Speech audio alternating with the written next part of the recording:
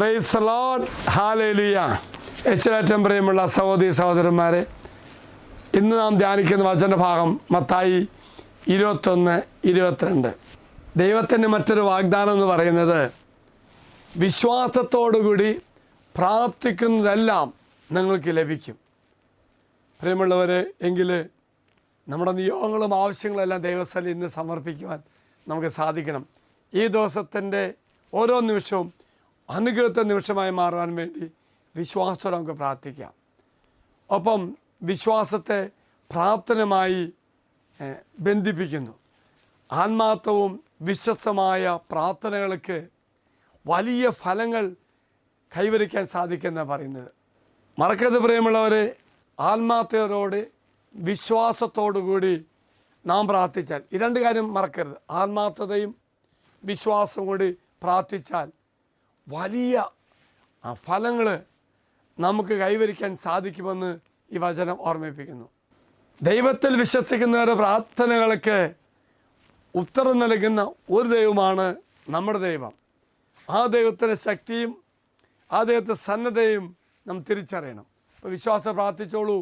ദൈവം നമ്മളെ അനുഗ്രഹിക്കാൻ വേണ്ടി സ്വർഗത്തിൽ കാത്തിരിക്കുകയാണ്. അതുകൊണ്ടാണ് വിശുദ്ധ ബർനാഡ് പറയുന്നത്, ഒരു വലിയ വിശ്വാസം കർത്താവിൽ നിന്നും വലിയ കൃപകൾ ലഭിക്കുന്നു.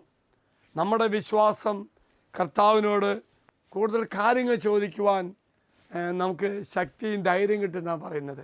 എങ്കിലും പ്രിയമുള്ള സഹോദര സഹോദരി, ഈ ദിവസം വിശ്വാസത്തോടുകൂടി ആത്മാർത്ഥപരമായി ശക്തിയോടുകൂടി നമ്മുടെ നിയോഗങ്ങളെല്ലാം സമർപ്പിച്ച് പ്രാർത്ഥിക്കുമ്പോൾ നമുക്ക് വലിയ അനുഗ്രഹം കിട്ടും. എങ്കിൽ ഇന്ന് വലിയ അനുഗ്രഹം ലഭിക്കുന്ന ദിവസമായി മാറട്ടെ എന്ന് പ്രാർത്ഥിക്കുന്നു.